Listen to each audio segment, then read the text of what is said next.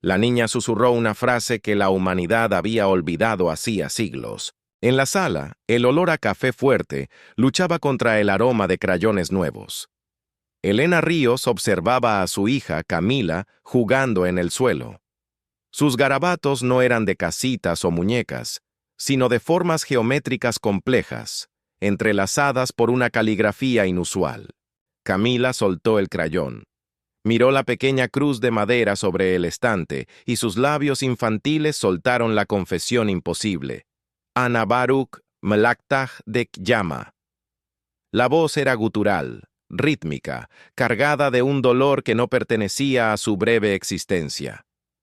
Elena sonrió, tratando de disipar el frío repentino en la espalda, pensando que solo era otro juego o alguna invención de la escuela. Pero la seriedad en los ojos de la niña, fijos en ese objeto de fe, no tenía la ligereza de la infancia. El murmullo no era de ella.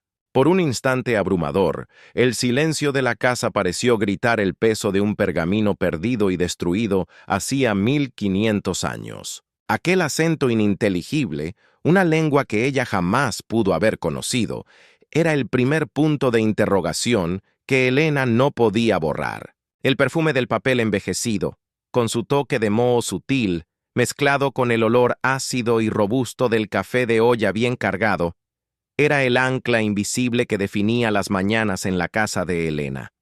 Una rutina de confort predecible, un refugio seguro contra el caos que se agitaba en el noticiero allá afuera, construido durante años con paciencia y un método casi científico. Elena, una historiadora dedicada a lo racional, veía la vida como un conjunto de fechas y hechos verificables. La belleza estaba en el orden, en la coherencia de los archivos y los documentos. Era una paz conquistada por la lógica. En el centro de la sala, bajo la luz difusa de la mañana que se filtraba por las persianas, estaba Camila, la persona en el centro de la experiencia, sumergida en su propio universo de colores. A sus 6 años, ella poseía la serenidad y la absorción total de los niños que aún no han sido presentados a las urgencias y decepciones del tiempo. Aquel día, sin embargo, el ritual sencillo de la infancia fue roto por un silencio que no era de juego, sino de profunda concentración. Camila estaba en el suelo, con un cuaderno de dibujo abierto sobre el tapete de lana gastada. Los trazos que emergían del crayón no eran los habituales, ni los inocentes garabatos de princesas o soles sonrientes.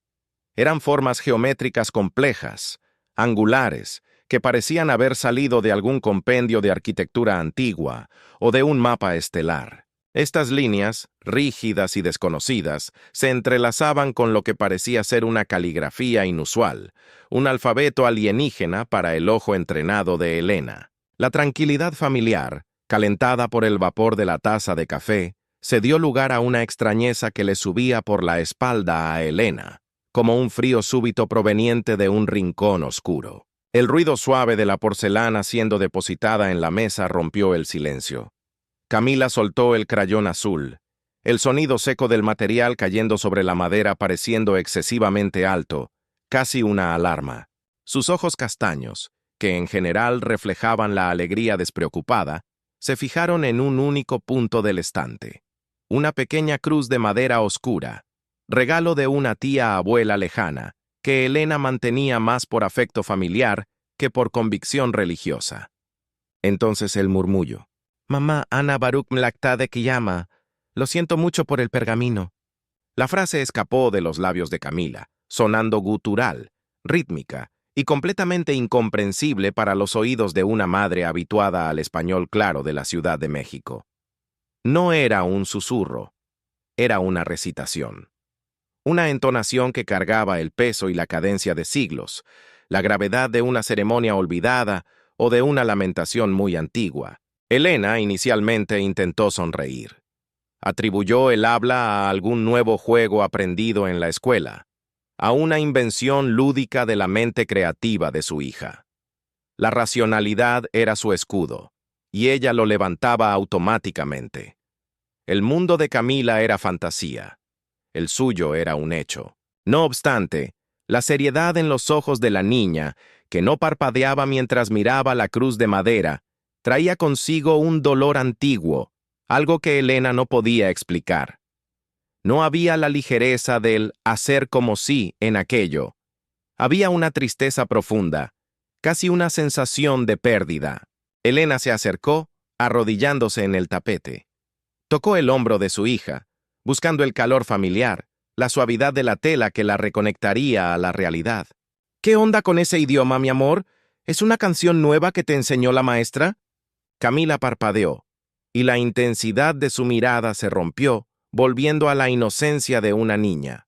Pero la respuesta, aunque dulce, reafirmó la distancia que acababa de establecerse entre ellas. No es canción, mami.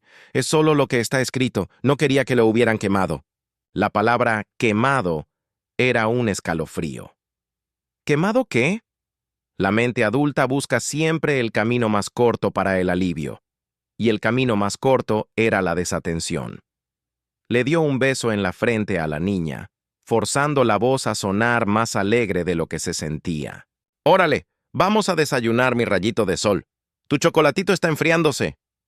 Camila obedeció, pero antes de levantarse, sus pequeños dedos trazaron nuevamente las formas complejas en el cuaderno, como si estuvieran reescribiendo lo que la historia había borrado. El fastidio, sin embargo, era un pequeño punto de interrogación que Elena no podía borrar de su propia memoria. La frase en arameo, un idioma que la niña jamás pudo haber escuchado, se quedó resonando en el silencio entre el sonido de la vajilla y el noticiero matutino. Era un detalle inquietante que invitaba a seguir buscando.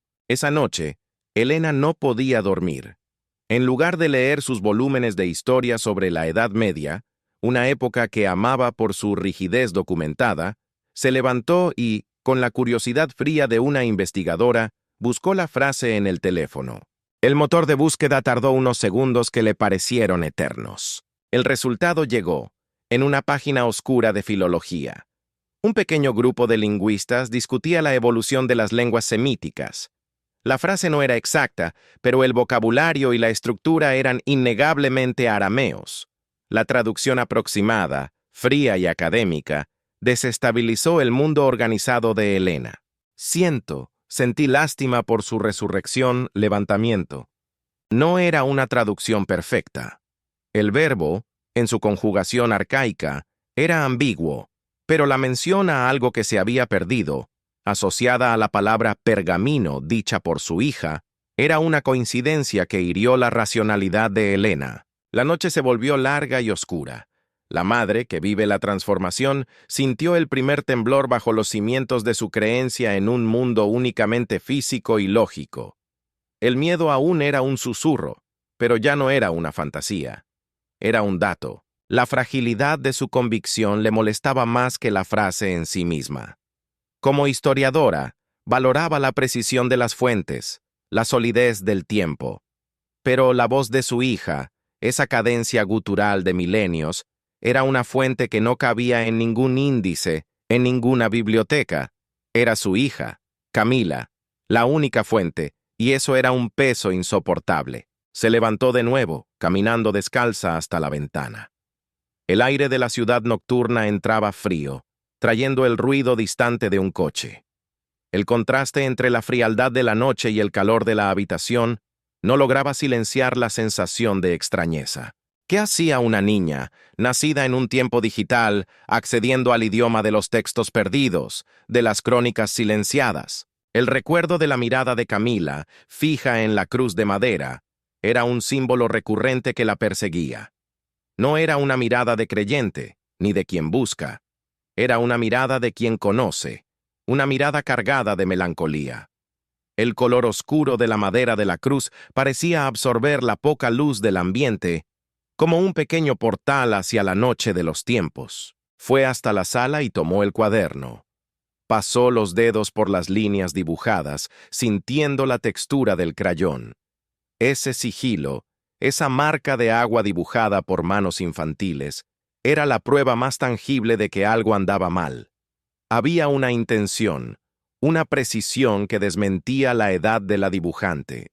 Elena pensó en su propia fe. o en la ausencia de ella. Ella era una mujer de hechos, y la fe, para ella, era lo opuesto a la razón. Pero ahí, en ese silencio opresivo, la frontera entre lo visible y lo sentido se desvanecía. No estaba confrontando un milagro, sino una evidencia que no podía explicar con sus propios métodos. El miedo, ahora, se mezclaba con una curiosidad casi profesional. ¿A poco? ¿Y si aquello era real? La historiadora en Elena sentía un impulso investigativo, mientras la madre sentía el terror de ver la infancia de su hija ser invadida por un pasado que no era suyo. Volvió a la cama con el cuaderno. Se acostó, observando las formas geométricas en la oscuridad. El silencio del apartamento era interrumpido solo por la respiración suave de Camila en el cuarto de al lado. El sol estaba a punto de surgir, y la promesa de un nuevo día traía consigo la urgencia de una primera prueba. Necesitaba hablar con Santiago, la fuerza que se opone a la creencia ciega, para que la ayudara a confrontar la presencia que resiste.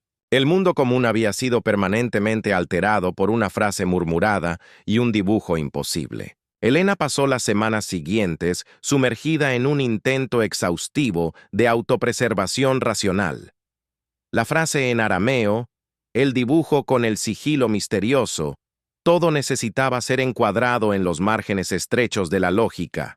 La persona en el centro de la experiencia estaba luchando contra la única cosa que siempre había valorado, la realidad verificable. Santiago, su esposo, el padre de Camila, observaba la tensión crecer de forma contenida. Periodista de investigación, él era la fuerza que se opone por naturaleza, un escéptico de vocación. Para él, el trabajo de Elena era rastrear la historia, no inventarla. Inicialmente, él minimizó. No manches, es el estrés del trabajo, Elena. Oyó algo por ahí y su mente lo mezcló todo. Pero incluso el tono pragmático de Santiago comenzó a fallar ante la persistencia de lo inexplicable. El misterio, al final, no se contentó con ser un fragmento lingüístico aislado. Comenzó a producir pruebas concretas, como una herida que se niega a cerrar. El momento de mayor intensidad emocional llegó una noche de fiebre alta. El cuerpo de Camila ardía, y el calor parecía quemar no solo su temperatura, sino la poca cordura que le quedaba a Elena. En el delirio, la niña comenzó a describir, con detalles minuciosos y una claridad perturbadora, el proceso de producción de un pigmento de tinta. No hablaba de acuarelas, describía los minerales machacados, la aglutinación con clara de huevo y el secado en rocas frías. Mencionaba un olor a incienso, el toque de humedad persistente en el aire de un scriptorium. Describió la sensación de la ceniza, el peso exacto de un pergamino grueso y raro, usado solo por monjes ascetas en un monasterio olvidado en Medio Oriente del siglo VI. Era un torrente de información que desafiaba la propia estructura de la mente de una niña de 6 años. ¿Dónde había adquirido ese vocabulario técnico? Ese conocimiento histórico y geográfico detallado. Elena sostenía la manita caliente de Camila, sintiéndose aplastada. Era como si la historia, que ella estudiaba en libros, hubiera regresado y decidido habitar su propia sala. El primer refugio fue el camino de la autoridad médica. Elena y Santiago buscaron al doctor Ricardo Vega, un pediatra de confianza de la familia en la CDMX. Él era la presencia que se resiste, la mirada del público escéptico, el portavoz del mundo racional. Tras los exámenes de rutina, que no revelaron nada más allá de una fiebre viral común, el diagnóstico llegó, trayendo el alivio. Imaginación superdesarrollada, tal vez un estrés subliminal, explicó el doctor Ricardo Vega, con la serenidad que solo la ciencia puede ofrecer. La fiebre potencia la fantasía. Órale, debió haber visto un documental, leído algo. No se preocupen por eso. Es una niña muy inteligente. La bajada de tensión fue inmediata y profunda. Elena sintió que el aire volvía a sus pulmones. La paz del diagnóstico. Ese momento de alivio momentáneo era precioso, un respiro orgánico en el drama. Pensó, ya está. Podemos volver a casa y olvidarlo todo. La verdad está en el laboratorio, no en los susurros de la madrugada. Pero esa paz, como la neblina matinal que se disipa rápidamente con el sol de Monterrey, duró poco. La fuerza que se opone, Santiago, comenzó a actuar. Como periodista, no podía ignorar las evidencias, incluso las absurdas. Usó sus contactos en la universidad y buscó a un lingüista especializado en lenguas semíticas antiguas. Envió un audio de la frase grabada secretamente, junto con la descripción de las formas geométricas. El regreso del lingüista fue como un golpe en el estómago de la razón. La confirmación no vino en términos vagos. El especialista fue categórico. La frase dicha por Camila no solo era arameo, sino que contenía una conjugación verbal que solo existió en el arameo sirio clásico, precisamente entre los siglos V y VII, una construcción lingüística extinta, fosilizada en la historia, resucitada por la voz de una niña. El lingüista no tenía manera de explicarlo. Lo que se suponía que sería una investigación escéptica se transformó en un respaldo de la anomalía. El carrusel emocional dio un giro brusco. El alivio dio lugar a la creciente desesperación, a un miedo visceral a la verdad. Elena se sintió traicionada por el doctor Ricardo Vega, por el mundo ordenado que él representaba. Santiago, el periodista, cavó más profundo. La curiosidad profesional lo consumía. Buscó las conexiones entre el arameo sirio y textos religiosos primitivos. En un registro bizantino oscurecido, encontrado a través de un portal de investigación de acceso restringido, halló una mención velada al Evangelio del Silencio, un texto cristiano primitivo, una fuente apócrifa conocida por su radicalidad teológica, que habría sido destruida por decreto imperial hacía casi 1500 años. El documento era conocido solo por un único fragmento, una cita perdida, el Evangelio del Silencio. El texto que la niña, en el delirio de la fiebre, lamentaba haber sido quemado. La duda de Elena se transformó en desesperación y un miedo palpable a la verdad. Ya no se trataba de una travesura o de estrés. Se trataba de algo que desafiaba la propia esencia del tiempo y la memoria. Ese peso histórico inmensurable que había presentido ahora era real. Ella era una historiadora confrontando la historia viva e inexplicable en su propia casa. La figura que vive la transformación se sentía acorralada. El escepticismo, el método científico, todo había fallado. Las pruebas concretas estaban ahí, tejidas con la caligrafía antigua de su hija y el rigor de la lingüística. ¿Qué hacer cuando la razón se convierte en el mayor obstáculo para la comprensión? Elena miró el dibujo de Camila, el sigilo que parecía una marca de agua olvidada, y lo supo. La búsqueda racional había llegado a un callejón sin salida. La única forma de avanzar era aceptar la ruptura de la lógica y buscar una respuesta en otro dominio, tal vez un dominio que siempre despreció, el espiritual. La única oportunidad de proteger a su hija era entender la profundidad de la conexión que la ataba al texto perdido. La tensión alcanzó un nivel contenido, pero palpable. El siguiente paso no sería en el consultorio médico ni en la biblioteca universitaria, sino en el territorio de la creencia. La madre sentía un impulso investigativo que superaba el miedo. Necesitaba encontrar a alguien que pudiera entender esos símbolos, ese dialecto que el tiempo había intentado callar. Necesitaba a alguien que no fuera un médico ni un periodista, sino un guardián de los secretos del pasado. La lógica se rompió no con violencia, sino con una quietud perturbadora. Se dio cuenta de que seguir buscando explicaciones médicas o lingüísticas sería solo una forma sofisticada de negación. La fuerza que se opone, el escepticismo interno y externo, había sido confrontada por las evidencias incuestionables. La única salida era seguir la pista de la anomalía.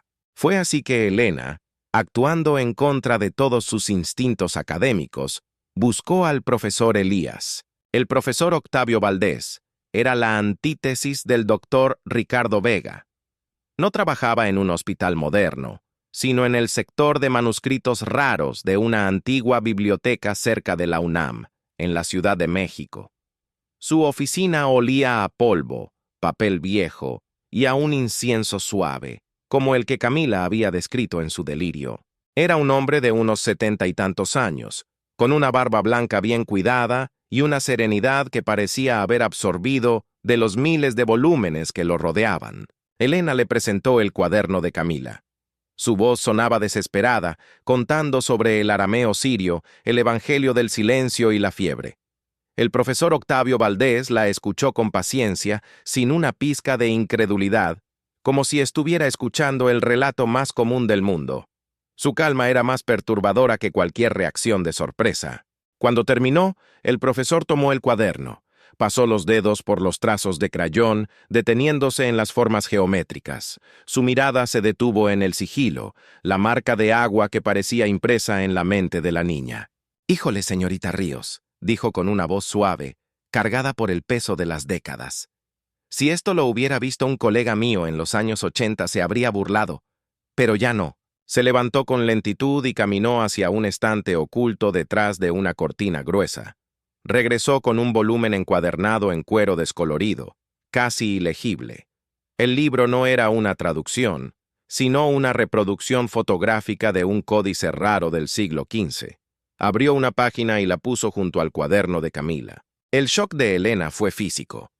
El sigilo dibujado por su hija, la misma forma geométrica compleja y la extraña caligrafía, era una copia perfecta de un símbolo encontrado en el margen de aquel códice olvidado. La única diferencia era la tinta. En el códice, la tinta era de un negro profundo, quemada en el tiempo. En el cuaderno era un crayón azul.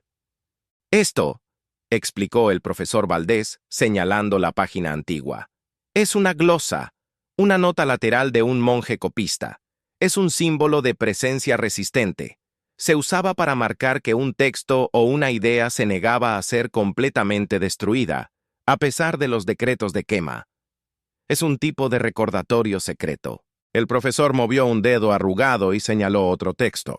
«Y esto es la única cita conocida del Evangelio del Silencio.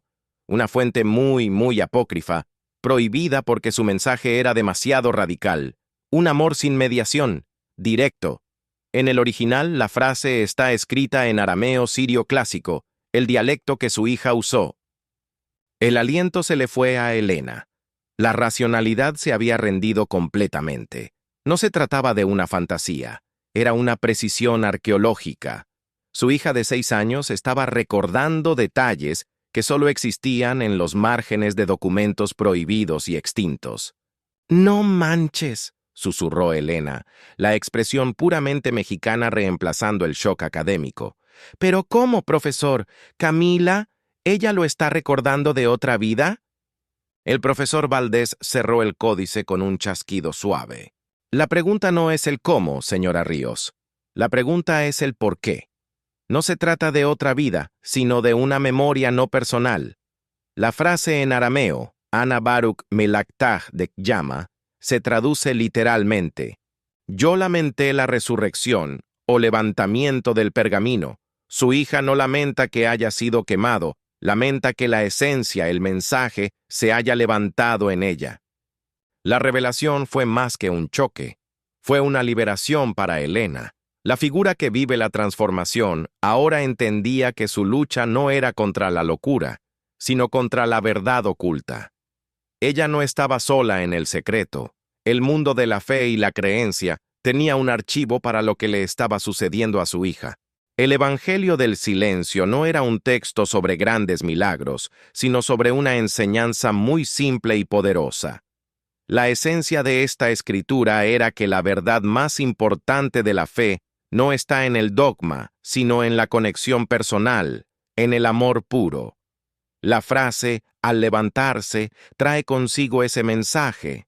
Es como si la memoria colectiva del documento hubiera encontrado en la pureza de su hija la forma de ser reescrito, de ser escuchado. La tensión se disipó, reemplazada por una calma profunda y resonante. Elena salió del consultorio con la certeza de que su vida había cambiado irrevocablemente. La búsqueda de la verdad no era en los hechos históricos, sino en la aceptación de la anomalía. De regreso a casa, en el tráfico pesado de la CDMX, Elena se sintió reconectada a la vida real, pero con una nueva perspectiva. Su misión ya no era proteger a Camila de la fantasía, sino proteger la verdad que Camila portaba. La niña, en el asiento trasero, dormía plácidamente. Elena la miró por el espejo retrovisor y por primera vez no sintió miedo. Sintió un inmenso y protector amor. El miedo contenido que la había paralizado al principio, esa sensación de que algo maligno había entrado a su casa en la CDMX, ahora parecía tener una luz propia, no de juicio, sino de profunda aceptación. Elena Ríos regresó a su casa, y la visión del mundo físico que la había atormentado se había transformado. Ahora veía el misterio no como una amenaza, sino como la confirmación de que la realidad era mucho más vasta de lo que sus textos de historia le habían permitido creer. Reflexivamente, la historia dejó un eco, una duda poética que el espectador llevaría consigo. El narrador se aleja, contemplando la escena familiar, pero no sin antes dejar la última pregunta flotando en el aire. La historia de Camila no es sobre la certeza, sino sobre la posibilidad, sobre la delgada capa que separa lo que es visible de lo que se siente. Incluso con la evidencia histórica encontrada, incluso con la confirmación lingüística del arameo sirio, una pregunta flotaba en el ambiente, como el sutil olor a copal y papel viejo en un templo antiguo. Al ver a Camila Rojas jugar en el tapete de lana, creando nuevos mundos con bloques coloridos, Elena sonríe. Sabe que la sabiduría más profunda no siempre está en los libros más antiguos, con sus páginas amarillentas y hechos verificables. A menudo, está en los ojos más jóvenes, en aquellos que aún no han aprendido a dudar de la eternidad. El amor, ese mensaje esencial perdido del Evangelio del Silencio, encontró un camino de vuelta al mundo, cargado en la pureza de un soplo infantil, envuelto en el acento gutural de una lengua muerta. ¿Qué se pierde realmente cuando un texto es destruido? ¿La tinta en el pergamino? ¿La semilla de la verdad que carga? ¿O nuestra capacidad de escuchar voces que provienen de un tiempo que no podemos medir? Y así, la vida continúa en la casa de los Ríos Torres, marcada por un misterio que la ciencia no puede tocar y la fe apenas puede nombrar. La memoria de Camila se convirtió en un símbolo recurrente en la familia, un susurro de que la vida es mucho más grande que la suma de sus días. El susurro que la había perturbado al inicio, ahora era el sonido más reconfortante que Elena podía escuchar.